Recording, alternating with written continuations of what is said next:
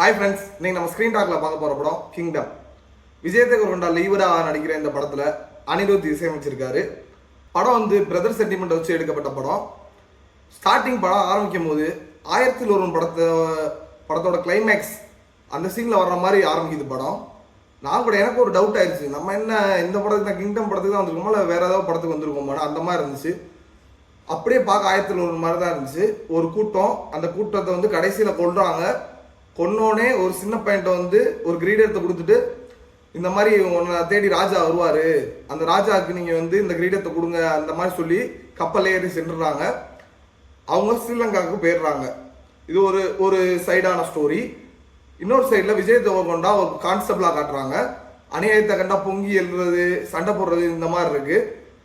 சின்ன வயசுல இருந்தே விஜய் தேவர்கொண்டா அண்ணன் 2 பேர். அவங்க அப்பா வந்து அவங்க அம்மாவை ரொம்ப அடிச்சு கொடுமைப்படுத்துற மாதிரியே காட்டியிருந்தாங்க.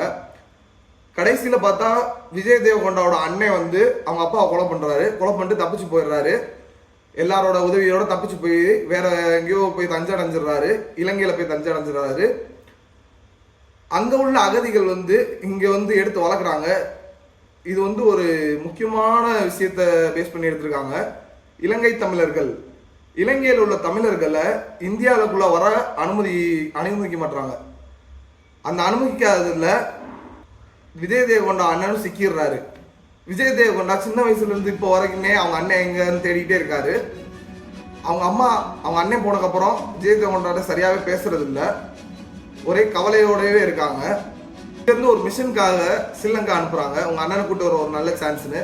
அங்கிருந்து அவங்க அண்ணனை கூட்டி வராரா வரலையா அப்படின்றது தான் படத்தோட மீதி கதை. இந்த படத்தில் பிரதர் சென்டிமெண்ட் எனக்கு வந்து பக்காவாகவே ஒர்க் ஆகிற மாதிரி தான் இருக்குது. படம் ஃபுல்லாகவே எனக்கு ரொம்ப பிடிச்சிருக்கு. எந்த ஒரு லேகும் தெரில. சண்டை காட்சிகள் வந்து அற்புதமாக எடுத்திருக்காங்க.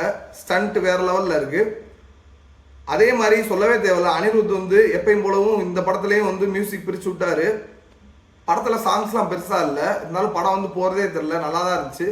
செகண்ட் ஹாஃப் வந்து நல்லா சுறுசுறுன்னு போகிற மாதிரி இருந்துச்சு, நல்லா வேகமாக போகிற மாதிரி இருந்துச்சு படம். டக்குன்னு அடுத்த சீன் என்னன்ற மாதிரி இருக்குது. அடுத்த சீன் என்னன்னு கொஞ்சம் ப்ரெடிக்ட் பண்ண முடிஞ்சாலும் நல்ல ஒரு ஆவலாக தான் இருக்குது அடுத்து என்ன வரும் அப்படின்னு சொல்லி பார்க்கறதுக்கு. படத்தோட நெகட்டிவ் என்னன்னா, 1001 ரெட்ரோ போன்ற படத்தில் பார்க்குற மாதிரியே சீன்ஸ் இதுலேயும் பார்க்குற மாதிரி இருக்குது. அதோட இது கனெக்ட் ஆகிற மாதிரி இருக்குது. அதனால் வந்து இது வந்து புதுசாக எதுவும் தெரியாத மாதிரி இருக்குது. மற்றபடி வந்து படம் வந்து அந்த ஜானருக்கு நல்லாவே எடுத்திருக்காங்க. நல்லா மியூசிக் பண்ணியிருக்காங்க. நல்லா ஃபைட் சீன்ஸ்லாம் நல்லா ஒர்க் அவுட் ஆயிருக்கு. சென்டிமெண்ட் ஒர்க் ஆயிருக்கு. மற்றபடி எல்லாமே ஓகே. பட் ஆல்ரெடி பார்த்த சீன்ஸ் அதே நம்ம கண்ணுக்குள்ளே வந்து போகிற மாதிரியே இருக்கு. 1001 வர்ற மாதிரி தூதுவன் வருவன் வதைக்கப்படுவன் மழலை விதினி துளைப்பன், இந்த மாதிரி ஒரு சீனில் இந்த மாதிரி சொல்லி வச்சுருந்தது மாதிரியே இந்த சீன்லேயும் சொல்லி வச்சுருக்காங்க. ஆள் வருவார், கிங் வருவார், என்னென்ன பண்ணுவார், அந்த மாதிரிலாம் பண்ணியிருந்தா அவர் தான் நம்ம ராஜா அப்படின்ற மாதிரி சொல்லி வச்சுருப்பாங்க. இந்த வீக்கெண்டோட ஒரு நல்ல படமாகவே இது அமையுது. அவங்க அண்ணன் கேரக்டர் வந்து நல்லா அற்புதமாகவே வடிவமைச்சிருக்காங்க. நல்லா ஒரு இறக்கம் உள்ள மனுஷனா, எல்லாரையும் பார்த்துருக்க ஒரு தலைவனா, அந்த மாதிரி தான் ரெஃபர் பண்ணியிருக்காங்க. அங்கே எல்லாமே நல்லாவே ஒர்க் அவுட் ஆயிருக்கு. இது விஜய் தேவர்கொண்டாவோட கரியர் பெஸ்ட் படம்னே சொல்லலாம். மார்ஸா இந்த மாதிரி நான் விஜய் தேவர்கொண்டா படம் நிறையா பார்த்துருந்தாலும் இந்த மாதிரி ஒரு படத்தை நான் பார்த்ததே இல்லை. நல்லா மாஸா, நல்லா ஒரு ரவுடி லுக்கில், நல்லா ஒரு ரக்கடாக பார்க்கவே அற்புதமாக இருந்துச்சு. சேனலில் இந்த படத்துக்கு அரௌண்ட் 3.5 to 4 ரேட்டிங் கொடுக்கலாம் அவுட் ஆஃப் 5.